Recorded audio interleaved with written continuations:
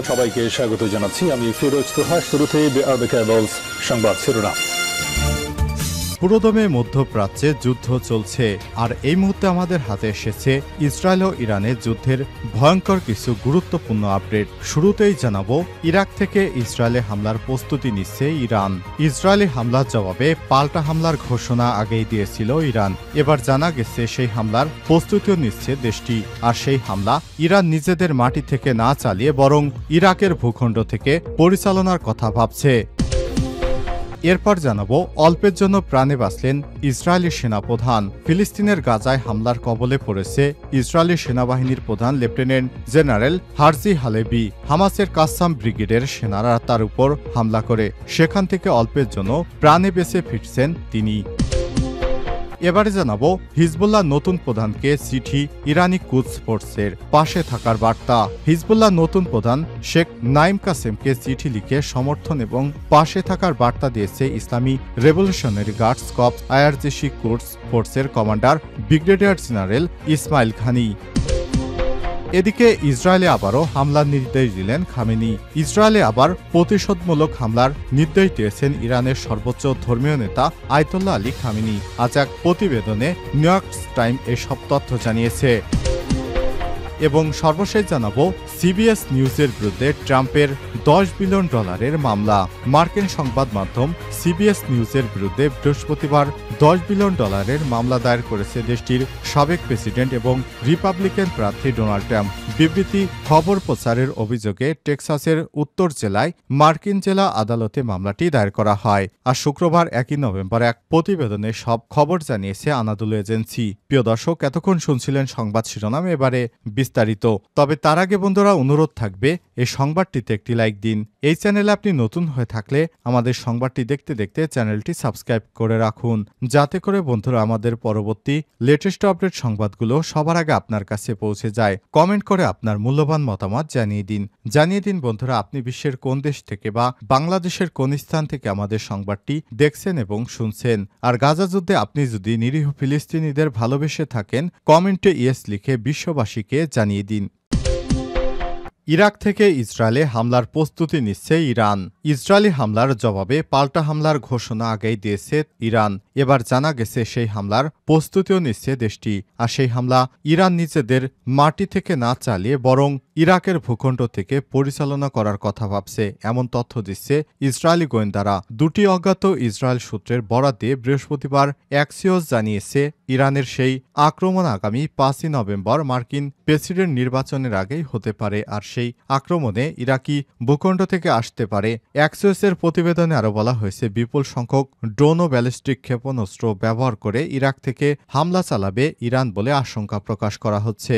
Iraq থেকে যদি Iran হামলা চালায়, তাহলে বিষয়টি এভাবে দাঁড়ায় যে ইরানের পাশের রাষ্ট্রই হচ্ছে ইরাক। আর ইরাক থেকে যদি হামলা চালায়, তাহলে দূরত্ব অনেক অংশ কমে যাবে। এর ফলে লক্ষ্যবস্তুতে সহজেই ইরান আঘাত করতে সক্ষম হবে। এতেই ইহুদিবাদী ইসরায়েলের মারাত্মক ধ্বংসযোগ্য হবে বলে ধারণা করা হচ্ছে। প্রতিবেদনে আরও বলা হয়েছে, ইরাকে ইরানপন্থী মিলিশিয়াদের মাধ্যমে হামলা চালানো ইরানের কৌশলগত লক্ষ্য, কেননা এতে করে আরেকটি ইসরায়েলি হামলা এড়াতে পারবে তেহরান। আর সেই প্রচেষ্টার অংশ হিসেবে এবারের হামলায় নিজেদের ভূখণ্ড ব্যবহার নাও করতে পারে ইরান। অল্পের জন্য প্রাণে বাঁচলেন ইসরায়েলি সেনাপ্রধান। ফিলিস্তিনের গাজায় হামলার কবলে পড়েছে ইসরায়েলি সেনাবাহিনী প্রধান লেফটেন্যান্ট জেনারেল হারজি হালেবি। হামাসের আল কাসাম ব্রিগেডের সেনারা তার উপর এই হামলা করে সেখান থেকে অল্পের জন্য প্রাণ নিয়ে বেঁচে ফিরেছেন তিনি।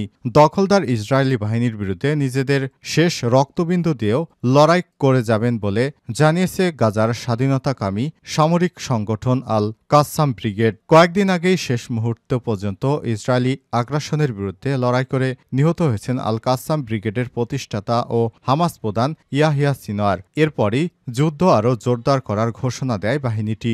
ইসরায়েলি সংবাদ মাধ্যম হারজেতের বরাতে ইরানি বার্তা সংস্থা ইরনা জানিয়েছে অবরুদ্ধ গাজা উপত্যকার উত্তরের একটি এলাকায় হত্যা প্রচেষ্টা থেকে অল্পের জন্য বেঁচে গেছেন ইসরায়েলের জেনারেল হালেভি। বৃহস্পতিবার ৩১ অক্টোবর হামাসের সামরিক শাখা আল কাসাম ব্রিগেড গাজার উত্তরের একটি বাড়িতে হামলা চালায়। সেখানে হালেভির উপস্থিতি থাকার কথা জানান দিয়েছিল। তবে হামলার সময় ওই বাড়ি থেকে নিরাপদে চলে যায় অল্পের জন্য রক্ষা পান ইসরায়েলি সেনাপ্রধান। একটি ইসরায়েলি সূত্র জানায় হালেভি উত্তর গাজায় চলমান ইসরায়েলি সেনা অভিযান পরিদর্শন করছিলেন এবং খোঁজখবর নিচ্ছিলেন। সেই সময় একটি বাড়ির উপর অ্যান্টি ট্যাঙ্ক ক্ষেপণাস্ত্র ছোড়া হয়, তবে এতে তাৎক্ষণিকভাবে কোনো ক্ষয়ক্ষতির খবর পাওয়া যায়নি।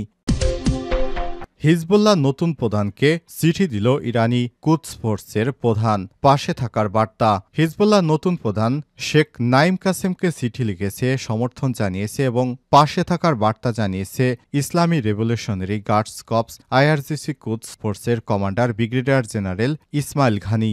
ইরানের আলোচিত এই কুদস ফোর্স দেশটির বাইরে মধ্যপ্রাচ্যের বিভিন্ন অঞ্চলে সশস্ত্র মিলিশিয়া গোষ্ঠীকে সহায়তা এবং প্রশিক্ষণ দিয়ে থাকে। লেবাননের সশস্ত্র প্রতিরোধ আন্দোলন হিজবুল্লাহকে বছরের পর বছর অর্থনৈতিক সহায়তা, সামরিক প্রশিক্ষণ দিয়ে আসছে ইরান। ইসরায়েল কর্তৃপক্ষ হাসান নাসরুল্লাহ এবং সম্ভাব্য প্রধানের দৌড়ে এগিয়ে থাকা হাশেম সাপেনদিয়ান হত্যাকাণ্ডের পর নতুন নেতৃত্ব নির্ধারণ করেছে হিজবুল্লাহ। এবার গোষ্ঠীটির নতুন নেতার পাশে থাকার ঘোষণা দিয়েছে কুদস ফোর্স। চিঠিটি ঘানি ইরানের অটল সমর্থনের উপর জোর দিয়ে বলেছে, ইসলামী বিপ্লবী গার্ড কর্পসের আইআরজিসি কুদস ফোর্স হিজবুল্লাহর পাশে থাকবে যতক্ষণ না মারাত্মক জায়নাবাদী গাছ উপড়ে ফেলা না হয় এবং পবিত্র আল আকসা ফিলিস্তিন মুক্ত না হয়। চিঠিতে হাসান নাসরুল্লাহ, হাসেম সাফেদ্দিন এবং হিজবুল্লাহর কর্মকর্তা ও যোদ্ধাসহ প্রতিরোধে শহীদদের স্মৃতির প্রতিও শ্রদ্ধা জানানো হয়। এতে শেখ কাসেমের নেতৃত্বে শক্তি এবং সংকল্পের সাথে প্রতিরোধের পথ অব্যাহত থাকবে বলে প্রার্থনা করেন। হিজবুল্লাহর শুরা কাউন্সিল গ্রুপের কেন্দ্রীয় সিদ্ধান্ত গ্রহণকারী সংস্থা সম্প্রতি শেখ কাসসামকে গোষ্ঠীটির প্রধান হিসেবে নিযুক্ত করেছে। ৬০ বছর বয়সী এই ধর্মগুরু হিজবুল্লাহর একজন প্রবীণ ব্যক্তিত্ব। তিনি ১৯৯১ সাল থেকে লেবানন প্রতিরোধ গোষ্ঠীর ডেপুটি সেক্রেটারি জেনারেল হিসেবে দায়িত্ব পালন করছেন। শেখ কাসেম দীর্ঘদিন ধরে হিজবুল্লাহর অন্যতম প্রধান মুখপাত্র। ইতিপূর্বে বিদেশি সংবাদ মাধ্যমের সঙ্গে অনেক সাক্ষাৎকার দিয়েছেন। ইসরায়েলে আবারও হামলার নির্দেশ দিলেন খামেনি। ইসরায়েলে আবারও প্রতিশোধমূলক হামলার নির্দেশ দিয়েছেন ইরানের সর্বোচ্চ ধর্মীয় নেতা আয়াতুল্লাহ আলী খামেনি। বৃহস্পতিবার ৩১ অক্টোবর নিউ ইয়র্ক টাইমসের এক প্রতিবেদনে এই দাবি করা হয়। ৩ ইরানি কর্মকর্তার বরাত দিয়ে বলা হয়েছে, সোমবার ২৮ অক্টোবর সুপ্রিম ন্যাশনাল সিকিউরিটি কাউন্সিলের সঙ্গে বৈঠকে বসেন আয়াতুল্লাহ আলী খামেনি। ওই বৈঠকে ইসরায়েলের হামলায় ক্ষয়ক্ষতির পরিমাণ তাকে জানানো হয়। খামেনি ক্ষয়ক্ষতির ধরন বিশ্লেষণ করেন এবং বিশেষ করে তেহরানের ক্ষেপণাস্ত্র উৎপাদন কেন্দ্র এবং প্রতিরক্ষা ব্যবস্থা জুড়ে হামলায় তিনি ক্ষিপ্ত হয়ে ওঠেন। পরে বৈঠকে তিনি সিদ্ধান্ত দেন, ইসরায়েলের হামলা উপেক্ষা করা উচিত হবে না। খামেনি সামরিক বাহিনীর জেনারেলদের বলেন, আমাদের ৪ সেনাকেও তারা হত্যা করেছে। যদি আমরা জবাব না দেই তবে এর মানে দাঁড়াবে ইসরায়েলের কাছে পরাজয় স্বীকার করেছে। অতএব আবার হামলা হবে, এর জন্য সামরিক বাহিনীকে প্রস্তুত রাখবেন। পাল্টা আক্রমণের বিষয়ে ইরানের বিপ্লবী গার্ডস কর্পসের deputy commander general Ali Fadavi বলেন, ইহুদিবাদী আগ্রাসনের বিরুদ্ধে ইরানের প্রতিক্রিয়া নিশ্চিত। ৪০ বছরে আমরা কখনোই কোনো আগ্রাসনকে জবাবদিহির ঊর্ধ্বে রাখিনি। আমরা একটি অভিযানের মাধ্যমে ইহুদিবাদীদের যা আছে সমস্ত সবকিছু ধ্বংস করতে সক্ষম। তবে ঠিক কখন ইরানে হামলা চালাবে তা নিয়ে অনিশ্চয়তা থাকছে। একটি সূত্র বলছে, যুক্তরাষ্ট্রের প্রেসিডেন্ট নির্বাচনের আগে কি ঘটবে তা দেখতে অপেক্ষা করবে তেহরান। তার মানে ৫ই নভেম্বরের আগে হামলার সম্ভাবনা নেই। অপর সূত্রটি জানিয়েছে, ইরান উপযুক্ত সময়ের অপেক্ষা করছে। এক্ষেত্রে মার্কিন নির্বাচন বাধা নাও হতে পারে।